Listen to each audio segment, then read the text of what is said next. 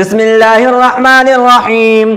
قال الإمام البخاري رحمه الله تعالى: حدثنا محمد بن عثمان قال حدثنا خالد بن مخلد قال حدثنا سليمان بن بلال قال حدثنا شريك بن عبد الله بن أبي نمر عن عطاء عن أبي هريرة رضي الله تعالى عنهم أنه قال: قال رسول الله صلى الله عليه وسلم: إن الله قال: من عادى لي وليا فقد آذنته بالحرب.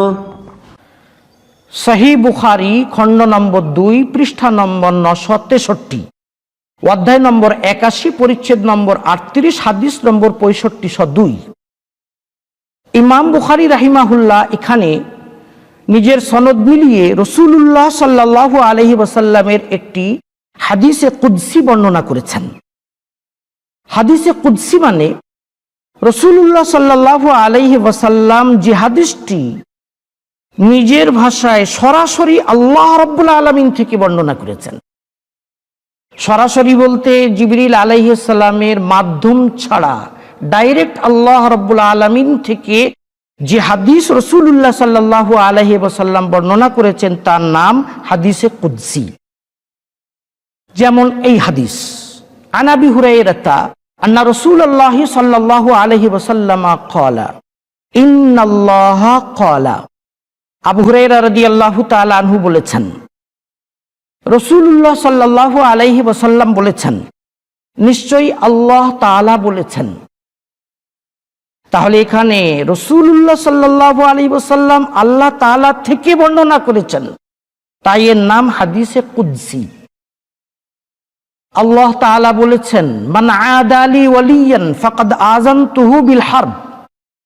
কেউ যদি আমার ওলির সঙ্গে দুশমনি করে তাহলে আমি তার বিরুদ্ধে যুদ্ধ ঘোষণা করব।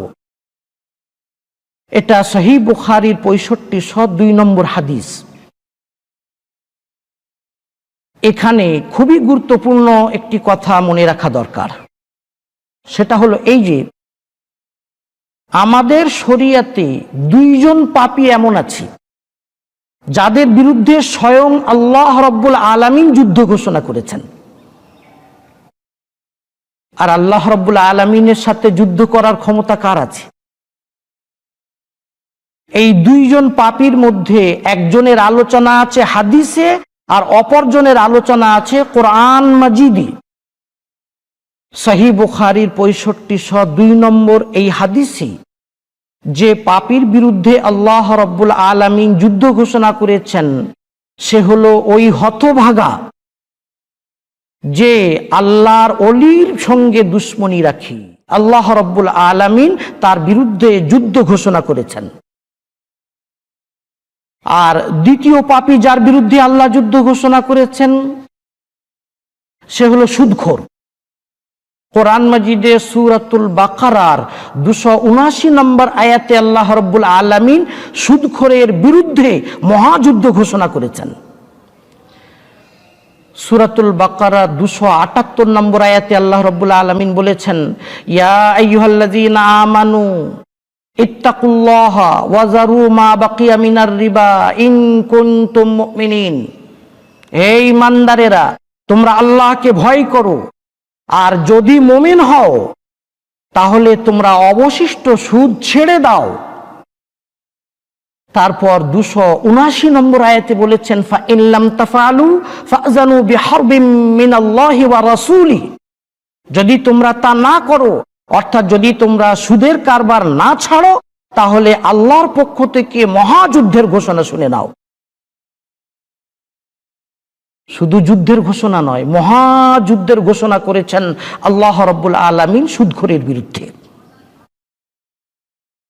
সহিহ মুসলিমের 3985 নম্বর হাদিসে বর্ণিত আছে, আন জাবিরিন আন্নাহু ক্বাল লা'না রাসূলুল্লাহ সাল্লাল্লাহু আলাইহি ওয়াসাল্লাম আকিলার রিবা ওয়া মুকিলাহু ওয়া কাতিবাহু ওয়া শাহিদাইহি ওয়া ক্বালা হুম সাওয়া।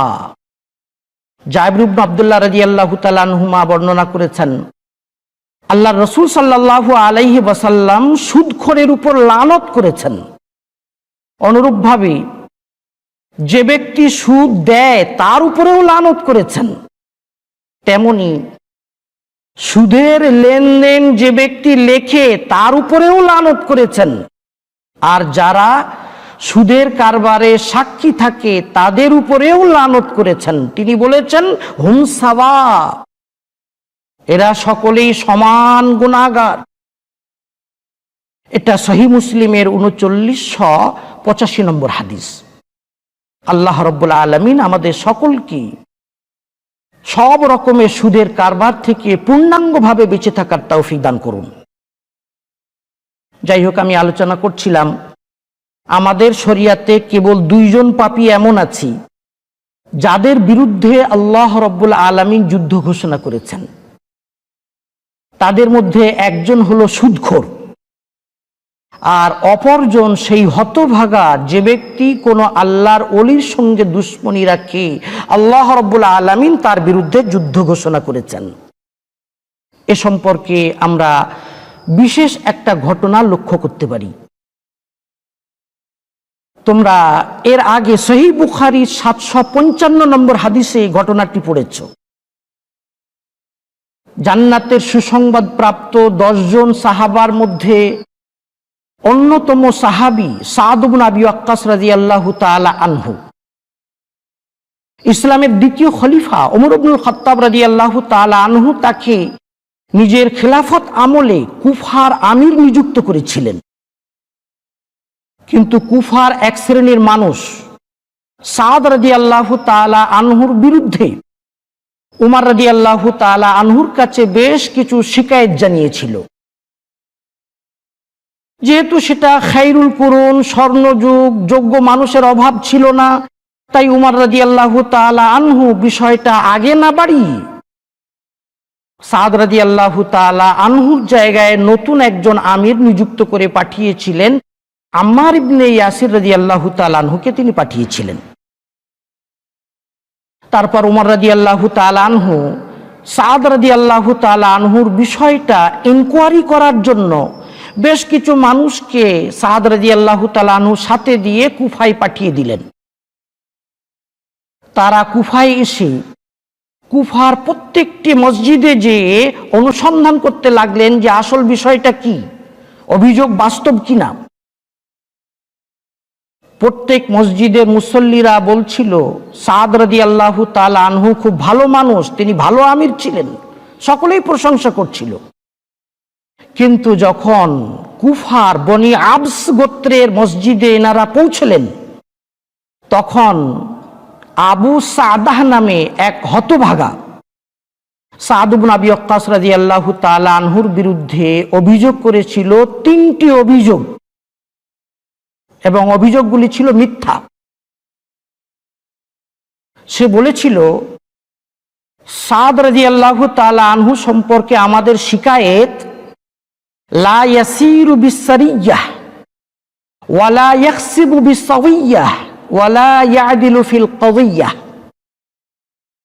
সে বলেছিল 3টে অভিযোগ আছে। নম্বর 1, সাদ সৈন্যদল পাঠিয়ে দেন কিন্তু নিজে সৈন্যদলের সাথে যান না, তিনি বাড়িতে বসে থাকেন।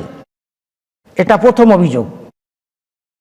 দ্বিতীয় অভিযোগ, গনিমতের মাল এলে তিনি সমানভাবে তকসিম করেন না, কম বেশি করে বন্টন করেন।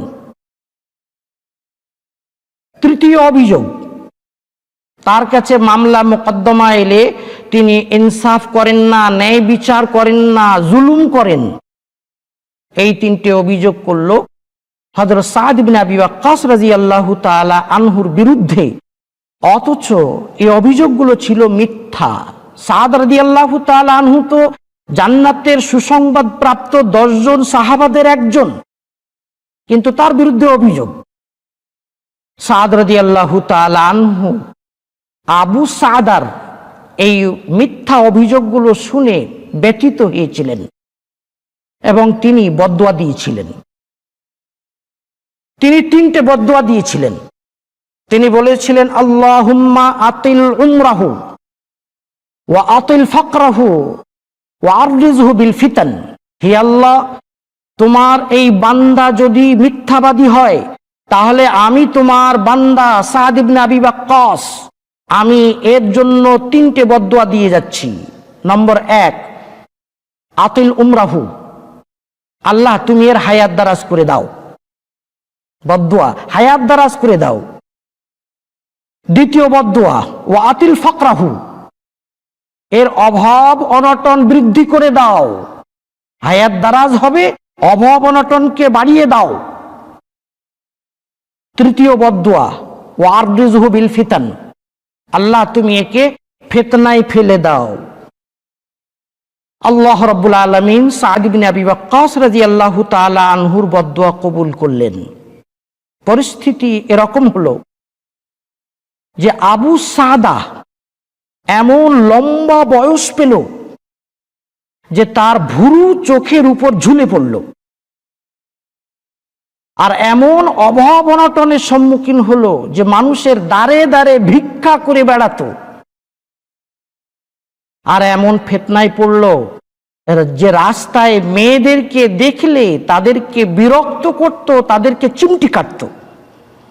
মানুষেরা এসব অবস্থা দেখে বলতো, তোমার কি হয়েছে গো?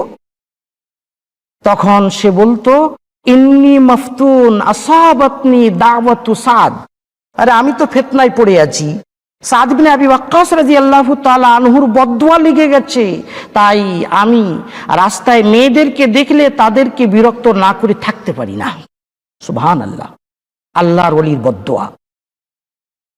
আমরা দোয়া করি আল্লাহ রাব্বুল আলামিন আমাদের সকলকে ওলিয়া উলিয়াদের বদদুয়া থেকে পূর্ণাঙ্গভাবে বেঁচে থাকার তৌফিক ইনায়েত করুন। আমিন ইয়া রাব্বাল আলামিন।